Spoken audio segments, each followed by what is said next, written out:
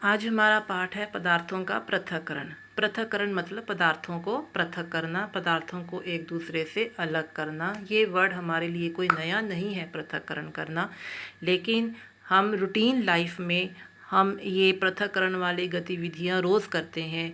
हम डेली की मॉर्निंग की जो बेड टी है वहीं से स्टार्ट करें।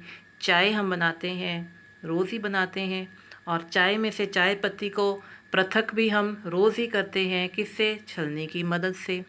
बच्चे भी अपने खाने में से जो चीज़ उनको नहीं पसंद होती उसको वो अलग निकाल देते हैं। जैसे कई बच्चों को सब्ज़ी में डली हुई हरी मिर्च ना पसंद हो तो वो हरी मिर्च को एकदम से चुन चुन कर वो साइड पे अलग अलग रखते जाते हैं। ये भी पृथक्करण वाला काम है। आपने अपने माता जी को आटा छानते समय देखा होगा कि वो चोकर को अलग करते हैं। आटा जब भी गूंथते हैं तभी छलनी में आटा डालते हैं, तब उसको चलाना शुरू कर देते हैं चालनी को। आटा नीचे गिर जाता है, चोकर पीछे बच जाता है, या उसमें कोई कंकर पत्थर हो तो वो भी पीछे बच जाता है। अगर आपने अपने माता जी को दाल बनाते हुए देखा हो तो वो दाल को थाली में लेते हैं, फिर उसमें से उसके जो कंकर हो या तिनका हो तो उसको चेक कर लेते हैं और उनको हाथ से वो निकालना शुरू कर देते हैं। तो इस तरह से पृथक्करण वाला काम तो हम रोज़ ही करते हैं। गाँवों में जब दूध वगैरह दही मथते हैं, रिड़कते हैं तो मक्खन को अलग करते हैं, तो मक्खन ऊपर तैर आता है, नीचे लस्सी बच जाती है। तो ये भी पृथक्करण वाला काम हो गया कि मक्खन को लस्सी में से पृथक कर लिया, अलग कर लिया।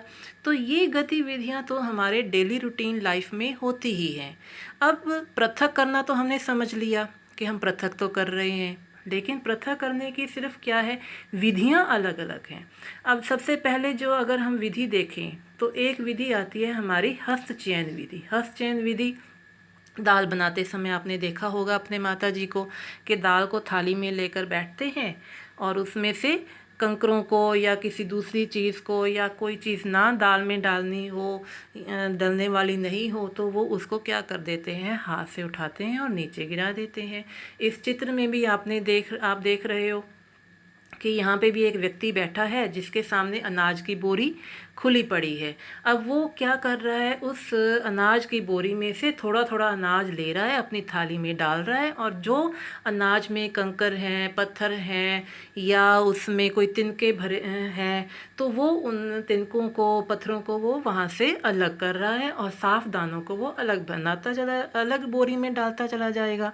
तो इस तरह से जब हम किसी भी पदार्थ में से, किसी भी मिश्रण में से किसी पदार्थ को हाथ से अलग कर लेते हैं तो हम उसको क्या कहते हैं, हस्तचयन विधि कहते हैं। क्योंकि जिन चीज़ों का हमने उपयोग ही नहीं करना उसको हाथ से निकाल के रख दो और वो हमें दूसरे दिखाई देती हैं कि हाँ ये हमारी वस्तु जो है ये हमारे काम की नहीं है, तो इसको हाथ से वो बाहर निकाल देते हैं। फिर उसके बाद दूसरी विधि है हमारी थ्रेशिंग विधि। अब थ्रेशिंग विधि क्या होती है, कहा जाए तो अगर सिर्फ एक परिभाषा पूछी जाए तो हम ये कहेंगे कि दानों को या अनाज के दानों को भूसे से अलग करने की विधि को हम थ्रेशिंग विधि कहते हैं। लेकिन इसको थोड़ा सा समझने की ज़रूरत है कि थ्रेशिंग क्या होती है। अब जैसे पेड़ों को फल लगते हैं, अंगूर है, अमरूद हैं, आम है, इन फलों को तोड़ना हमारे लिए बहुत आसान है। जो चीज़ हमने खानी है हम उसको हाथ में पकड़कर आराम से तोड़ सकते हैं। आम को लिया, एक एक आम को तोड़ना बहुत आसान है, एक एक अमरूद को तोड़ना बहुत आसान है, अंगूर के एक एक गुच्छे को तोड़ना आसान है, एक एक पपीते को तोड़ना आसान है। लेकिन वहीं अगर अनाज के दाने हों, आज आपने अनाज के दाने के जो फल होते हैं, जैसे कणक की बाली है उसको आपने देखा होगा, आपने बाजरे का सिट्टा देखा होगा, आपने धान की जो है जो सिट्टा आता है, जो उसका फ्रूट आता है, जो उसकी कली आती है, आपने उसको देखा होगा। तो चावल के दाने, कणक के दाने, बाजरे के दाने, इनको एक एक को निकालना कितना मुश्किल काम है। तो इन एक एक दानों को अलग करने के लिए थ्रेशिंग विधि का प्रयोग किया जाता है। इसमें किसान क्या करता है कि जब वो अपने खेतों में कटाई कर लेता है, कटी हुई फसल के वो ढेरियाँ बना लेता है। कटी हुई फसल की वो क्या करता है, ढेरियाँ बना लेता है। जैसे इस तरह से उसने ढेरियाँ बना रखी हुई हैं। अब ढेरियों में से छोटे छोटे गुच्छे उठाता है और उन गुच्छों को बड़े बड़े पत्थरों के ऊपर पटक पटक कर मारना शुरू कर देता है।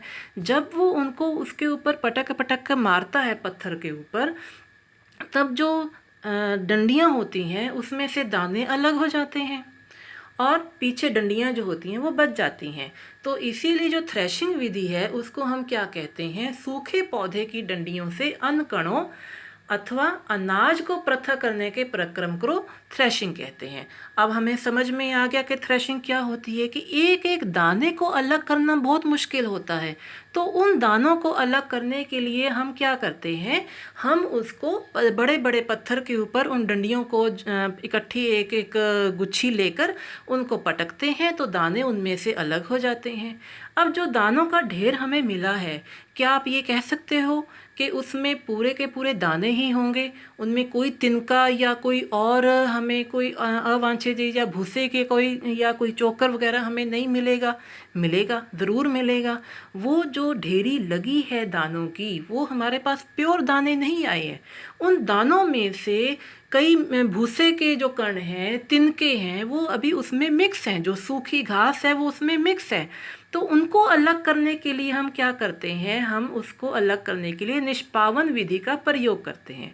तो इसका मतलब ये हुआ कि निष्पावन विधि का प्रयोग हमने कब किया, जब उन वस्तुओं को अलग करने के लिए किया जिनमें एक वस्तु तो भारी है लेकिन दूसरी वस्तु इतनी हल्की है कि चलती हुई पवन के साथ वो उड़ जाएगी। अब जैसे आप इस चित्र में देखिए, इस चित्र में एक महिला क्या कर रही है, पवन की दिशा में वो अपना मुंह लेकर खड़ी है और एक बड़े स्टूल के ऊपर खड़ी है। अब क्या कर रही है, वो जो ढेरी लगी हुई थी खेतों में दानों की और भूसे की, जो मिक्स ढेरी लगी हुई थी, उनमें से दानों को वो बड़ी थाली में लेती है और ऊपर से वो हिलाते हुए नीचे गिराना शुरू कर देती है। और जो अनाज के दाने हैं वो तो भारी होते हैं, वो हवा के साथ उड़ते नहीं हैं लेकिन वो नीचे गिर जाते हैं। लेकिन जो तिनके होते हैं, भूसे के दाने कण कण होते हैं, वो अपना हवा के साथ उड़कर कहीं दूर ढेरी बना लेते हैं। तो इस तरह से दानों को हमने अलग कर लिया। किस विधि से? निष्पावन विधि से। तो निष्पावन विधि हम कहाँ पे प्रयोग कर सकते हैं? निष्पावन विधि का प्रयोग हम वहाँ पे करेंगे जहाँ पे जो मिक्सचर हमें मिला है उसमें एक वस्तु भारी हो जो हवा की मदद से ना उड़ाई जा सके, और दूसरी वस्तु हल्की, इतनी हल्की हो कि वो हवा से दूर कहीं उड़कर चली जाए। तो ये तो हुई निष्पावन विधि। इसके बाद अगली विधि जो है उसको हम क्या नाम है, चालन विधि।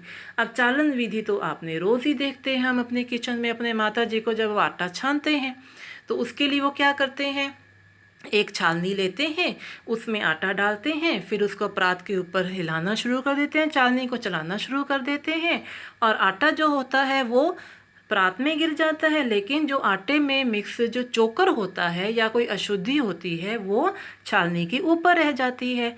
तो ये जो विधि है, हम इसका मतलब ये विधि हम कहाँ पे प्रयोग कर सकते हैं? इस विधि का प्रयोग हम उन पदार्थों को पृथक करने के लिए करते हैं जहाँ पे उन पदार्थों को पृथक करते हैं जहाँ पे पदार्थों के जो कणों का आकार है वो अलग है। अब आटे का आकार और उसमें जो मिक्स चोकर है उसका आकार दोनों अलग अलग हैं। आटा जो होगा वो तो चालनी में से नीचे निकल जाएगा लेकिन चोकर नहीं निकल पाएगा। उसी तरह से अगर आपको आटे और चीनी का मिक्सचर दे दें तो उसको आप किस विधि से अलग करोगे?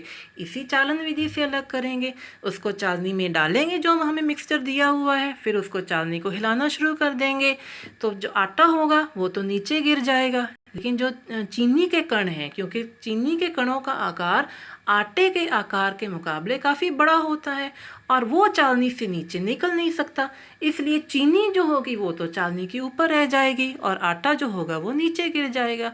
और इस तरह की गतिविधि आप अक्सर जहाँ पे इमारतें बन रही होती हैं वहाँ पे भी आप देख सकते हो। जैसे ये व्यक्ति है, ये मजदूर है, ये क्या कर रहा है, रेत को बड़ी चालनी के ऊपर डाल रहा है, क्योंकि रेत में क्या होता है, अक्सर कंकर पत्थर होते हैं, तो वो इस रेत को चालनी के ऊपर डालेगा और रेत तो नीचे गिर जाएगी, लेकिन जो पत्थर होंगे, जो कंकर होंगे, क्योंकि वो चालनी में से नीचे गिर नहीं पाएंगे तो वो अपने रेत में से अलग हो जाएंगे। ये तो है आपकी चालनी विधि। अब इसके बाद आगे आती है अवसादन, निस्तारण और निस्यंदन विधि।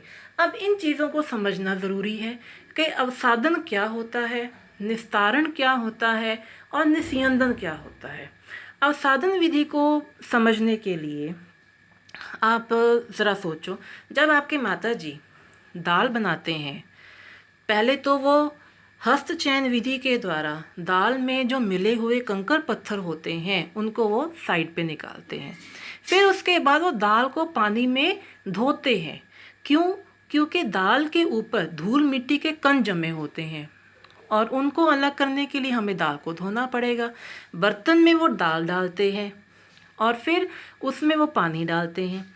फिर पानी में दाल को अच्छे तरह से वो हिलाते हैं। फिर उसमें से आपने देखा होगा कि एक तो पानी भी गिर रहा होता है, दाल के कुछ दाने भी गिर रहे होते हैं।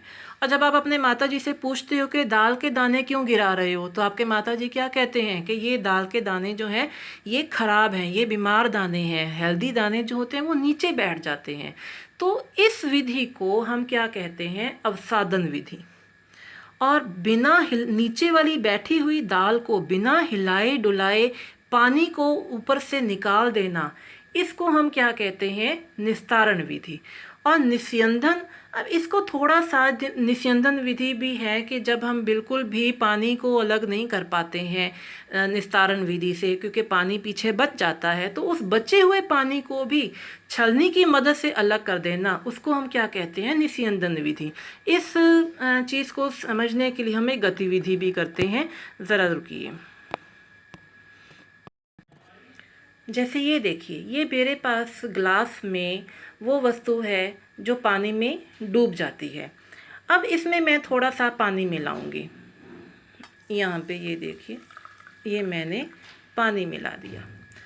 अब पानी को मिलाते ही आपने ये देखा कि कुछ दाने जो हैं वो ऊपर तैर रहे हैं और कुछ जो है वो नीचे बैठ गए हैं। अभी भी कुछ बैठ रहे हैं। ये मैंने राई ली है इसमें, तो राई जो होती है वो पानी में नीचे बैठ जाती है। अब ऊपर वाले जो दाने हैं जो पानी में ऊपर दिखाई दे रहे हैं, तैरते हुए दिखाई दे रहे हैं, ये अनहेल्दी हैं। तो इसका मतलब हमें इनको क्या करना पड़ेगा? अलग करना पड़ेगा, लेकिन नीचे वालों को हिलाए बगैर। अब पानी में जो चीज़ नीचे बैठ गई है और ऊपर पानी जो है वो ऊपर ऊपर है और अनहेल्दी चीज़ जो है वो पानी के ऊपर तैर रही है, यहाँ तक जो है प्रोसेस, इसको हम क्या कहते हैं? अवसादन विधि। कि आपने स्वस्थ वस्तु को या जो हमें चीज़ चाहिए उसको धूल मिट्टी के कणों से या अस्वस्थ कणों से हमने उनको अलग कर लिया। अब हमने क्या करना है? इस ऊपर वाले पानी को नीचे वाली वस्तु को बिना हिलाए डुलाए, नीचे वाली वस्तु को बिना हिलाए डुलाए आपने आगे पास ऑन करना है, उसको नितार लेना है। अब जैसे ये है, मैं इसको इसमें बिना हिलाए डुलाए, ये देखिए, ये पानी को मैं यहाँ से, अब अगर मैं और निकाल दूँगी पानी तो जो नीचे बैठी हुई है वो भी डिस्टर्ब हो जाएगी। अब ये देखिए, अभी भी इसमें से बिना हिलाए डुलाए मैंने निकाल लिया। इस विधि को हम क्या कहते हैं? यहाँ तक की विधि को हम कहते हैं निस्तारण विधि। अब यहाँ पे ये देखिए, ये ऊपर तैरने वाले जो हैं अभी भी पानी में ऊपर ही तैर रहे हैं। अब लेकिन इसमें से पूरी तरह से पानी को अगर मैंने अलग करना हो तो यहाँ पे तो हेल्दी साथ में आ रहे हैं, मैं नहीं कर पाऊँगी। तो इनको दानों को अलग करने के लिए मैं क्या करूँगी? मैं एक छलनी का प्रयोग करूँगी इस तरह से। अब छलनी का प्रयोग करके मैं इस पूरे पानी को यहाँ से नितार दूँगी। ये देखिए, पूरे पानी को मैंने यहाँ से नितार दिया। अब ये पानी पूरा का पूरा निकल गया और मेरे पास पीछे यही जो स्वस्थ राई है ये पीछे छलनी में भी बच गई, इसको मैंने वापस उड़ेल दिया। तो ये चीज़ जो है पानी में जब मैंने डाला था वो थी अवसादन। पानी नीचे वाली वस्तु को बिना हिलाए डुलाए निकाल लिया, वो थी निस्तारण। और पोनी की मदद से, छलनी की मदद से जब मैंने पूरी तरह से पानी को अलग कर लिया, इसको हम क्या कहते हैं? निस्यंदन विधि। तो ये आपको समझ में आ गया होगा कि ये सारी विधियां जो हैं वो अलग अलग कैसे एक्सप्लेन करनी हैं। अब हम इसके आगे चलते हैं। हमारी अगली विधि जो है अलग करने वाली, वो आती है वाष्पन विधि। वाष्पन विधि में क्या होता है? जब ऐसी वस्तुओं को वो अलग करने के लिए ये विधि अपनाई जाती है जिनमें एक चीज़ जो होती है वो गर्म करने पर भाप से बनकर उड़ जाती है, लेकिन जो दूसरी वस्तु उसमें मिक्स है वो भाप में नहीं बदल सकती। जैसे पानी है, पानी में अगर नमक घुला हुआ हो तो जब पानी को गर्म करेंगे या पानी में जो नमक का घोल हमने तैयार किया है, जब हम उस घोल को गर्म करेंगे तो पानी तो क्या होगा, वो तो भाप बन के उड़ जाएगा, वो तो वाष्प बन जाएंगे, लेकिन पीछे क्या बच जाएगा, नमक पीछे बच जाएगा। क्यों? क्योंकि गर्म करने पर जो नमक है वो भाप नहीं बनेगा और गर्म करने पर पानी जो होगा वो भाप बन के उड़ जाएगा। इस वाष्पन विधि के तहत ही हम समुद्री जो नमक होता है वो प्राप्त करते हैं। जैसे समंदर के किनारे क्या किया जाता है, छोटी छोटी क्यारियाँ बनाई जाती हैं और उन क्यारियों में समंदर के पानी को भर दिया जाता है। सूरज की गर्मी से समंदर का पानी जो होता है वो तो वाष्पित हो जाता है, लेकिन पीछे जो नमक होता है वो पीछे हमारा बच जाता है। तो इस तरह से इस वाष्पन विधि के द्वारा हम समुद्र में से पानी को अलग करके नमक प्राप्त करते हैं। यही जो विधि है समुद्र के किनारों पर बड़ी मात्रा में नमक प्राप्त करने के लिए भी की जाती है। जिस तरह से इसमें भी आपको क्या दिखाया हुआ है, केटल में पानी गर्म हो रहा है और इधर जो भाप है वो उस ट्रे के साथ टकरा रही है जिसके ऊपर बर्फ़ पड़ी है। ये जो ऊपर जो कण है, ये जो दाने दिखाई दे रहे हैं, ये बर्फ़ है। अब भाप जैसे ही उस ट्रे के साथ टकराएगी, बर्फ़ से वो ठंडी हुई हुई है और वो पानी जो है वो वापस भाप जो है जो वाष्प जा रहे हैं वो ठंडे होकर वापस पानी बन के हमने उनको इकट्ठा भी कर लिया। ये वाष्पन और संघनन। वाष्पन क्या होता है, किसी वस्तु को गर्म करके उसको भाप में बदलना, और संघनन क्या होता है, भाप को ठंडा करके उसको वापस द्रव अवस्था में बदल लेना। तो ये वाष्पन और संघनन विधि दोनों यहाँ पे आपको दिखा रखी हैं। ये हमारी सारी जो विधियाँ हैं ये पृथक्करण वाली विधियाँ हैं और इन्हीं वस्तुओं द्वारा हम जो वस्तुएं होती हैं उनको अलग कर सकते हैं। अब यहाँ पे एक प्रश्न आ रहा है, क्या जल किसी पदार्थ की कितनी मात्रा को घोल सकता है? कितनी ही मात्रा के हम उसमें घोल सकते हैं? नहीं, ऐसा नहीं हो सकता। अब जैसे आप ये देखो, आप पानी का एक गिलास लो, उसमें आप चीनी को घोलना शुरू कर दो। अब देखो कि चीनी कब तक घुल रही है। जब उसमें वो चीनी जो है वो घुलनी बंद हो जाए, फिर आप उसको गर्म करो, पानी को गर्म करना शुरू करो और गर्म करते करते उसमें चीनी को घोलना शुरू करो। फिर आप देखो कि कहाँ तक उसमें चीनी जो है वो घुल सकती है। जहाँ तक चीनी घुल सके, और उसके बाद एक लिमिट आएगी जब आपकी चीनी घुलनी बिल्कुल पूरी तरह से, भले जितना मर्जी गर्म कर लो, चीनी घुलनी बंद हो जाएगी। जब इस तरह का विलयन हमें प्राप्त हो जाता है, हम उसको क्या कहते हैं, संतृप्त विलयन कहते हैं। कि अब संतृप्त मतलब ये इतना हो चुका है, इसमें जो भी घोलना था वो इसकी लिमिट अकॉर्डिंग पूरी तरह से घुल चुका है। अब इसमें और वस्तु नहीं घोली जा सकती। तो इससे हमें ये पता चला कि पानी में जितना मर्जी कुछ घोलना हो उतना नहीं घुलेगा। एक पर्टिकुलर लिमिट होती है, एक सीमा होती है जहाँ तक आप उसमें कुछ ना कुछ घोल सकते हैं, और जहाँ पे वो सीमा ख़त्म होती है उस समय जो हमें घोल तैयार हुआ मिला होता है, जो विलयन तैयार हुआ मिला होता है, हम उसको क्या कहते हैं, संतृप्त विलयन हम उसको नाम देते हैं। तो ये चैप्टर था, ये हमारा पूरा हो गया है। इसमें